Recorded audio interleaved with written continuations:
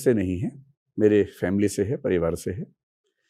मैं जिस परिवार से हूँ वो परिवार आर्य समाज को मानता है, और आर्य समाज की एक विशेषता है कि वो जाति व्यवस्था को खारिज करते हैं।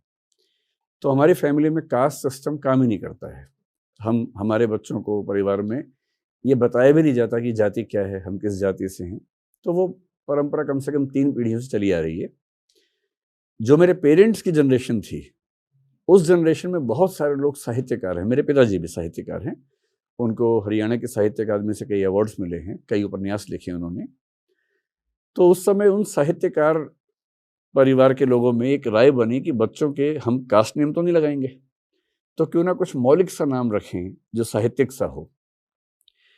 तो ऐसा हमारे पूरे खानदान में 3-4 परिवारों में हुआ, उनमें से एक हमारा परिवार था। तो हम 3 भाई हैं, मैं सबसे छोटा भाई हूँ, और हम तीनों भाइयों के सरनेम अलग अलग हैं। बड़े भैया का सरनेम मधुवर्षी है, दूसरे भैया का सरनेम प्रियदर्शी है, मेरा सरनेम दिव्यकीर्ति है। और वो मेरे पिताजी की और माताजी की साहित्यिक रुचियों का परिणाम है। जब मैं छोटा था तो मेरा नाम, जब सरनेम लगाया गया तो चक्रवर्ती लगाया गया था।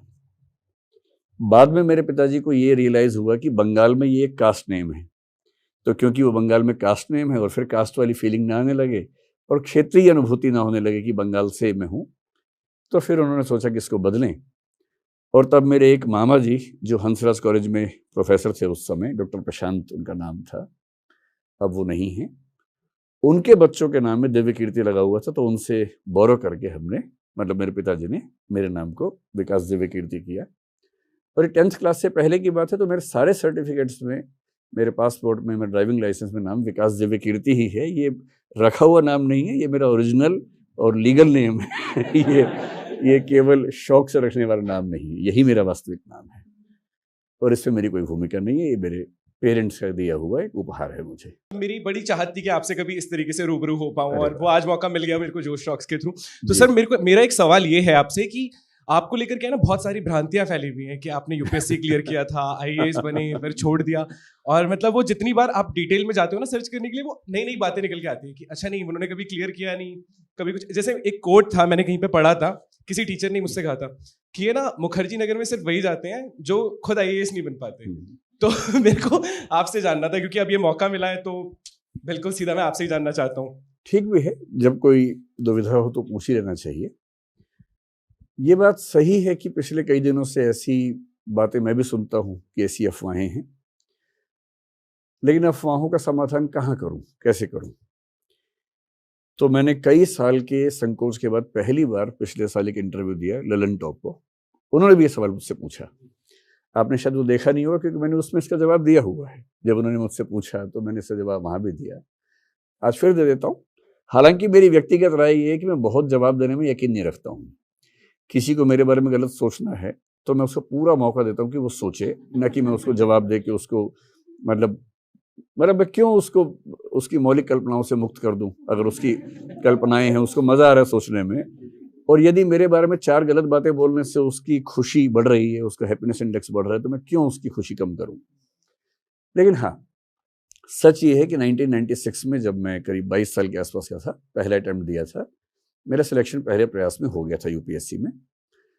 मैंने ललन टॉप में बताया था कि मेरा रोल नंबर क्या था, 97484 रोल नंबर था, 96 का अटेम्प्ट था, 384 रैंक मेरा आया था। फिल्म्स में सोशियोलॉजी विषय था, मेंस में सोशियोलॉजी और हिंदी साहित्य विषय थे।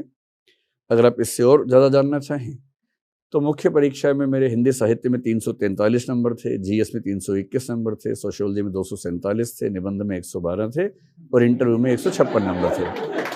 और क्योंकि पहला अटेम्प्ट था उसकी याद रहती है जहन में। कुल 1169 नंबर आए थे, 384वां रैंक आया था।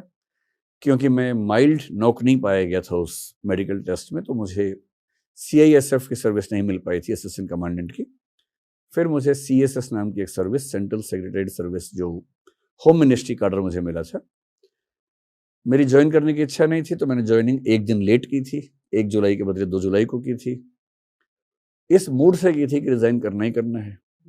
और जल्दी ही फिर ऐसी स्थितियां बनी, कुछ मेडिकल प्रॉब्लम भी मुझे फील हो रही थी ऑफिस काम करने में, तो मेरे ख्याल से मैंने 8-10 महीने शायद काम किया होगा, फिर रिजाइन कर दिया।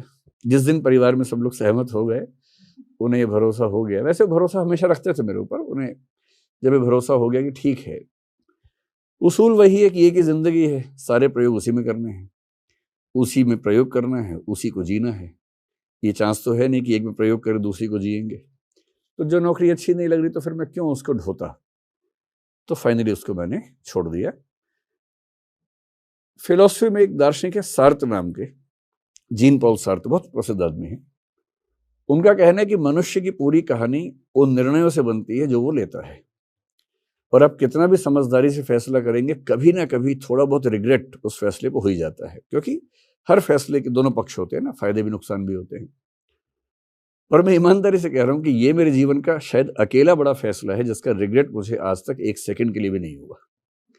मैं नौकरी छोड़ के इस दुनिया के सबसे सुकून वाले इंसानों में से एक हूं, और मुझे इतना भी दुख नहीं है कि मैंने नौकरी को छोड़ दिया। हमें होम मिनिस्ट्री में था और कुछ दिन अच्छे गुजरे थे वहां, लेकिन उससे बहुत अच्छे दिन में गुजार रहा हूं नौकरी छोड़ने के बाद। ये सच है मेरे बारे में जो आप जानना चाह रहे थे। अभी भी कोई शक है तो उसका इलाज मेरे पास नहीं है।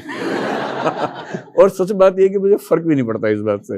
अगर आप शक करते ही रहे तो मैं क्यों अपनी तबीयत खराब करूंगा ना। आप अगर आपकी रुचि है, आपको शौक है शक करने का। मुझे कुछ लोगों ने बताया कि कुछ लोगों का रोजगार आजकल ये बन गया है कि मुझ पर शक करना, संदेह करना। मैं इसी में खुश रहता हूँ कि मेरे बारे में बात तो कर रहे हैं, और परेशान तो वो है जिनके बारे में कोई बात नहीं करता। बात तो हो रही है कम से कम, तो वही ठीक है। तो अगर कोई आपसे पूछे, आप कह देना कि मैंने भी ये कठिन सवाल पूछा था पर इसका जवाब मिल गया। और जो तथ्य मैंने आपको दिए, आप उसकी जांच सीबीआई से करवा सकते हैं। और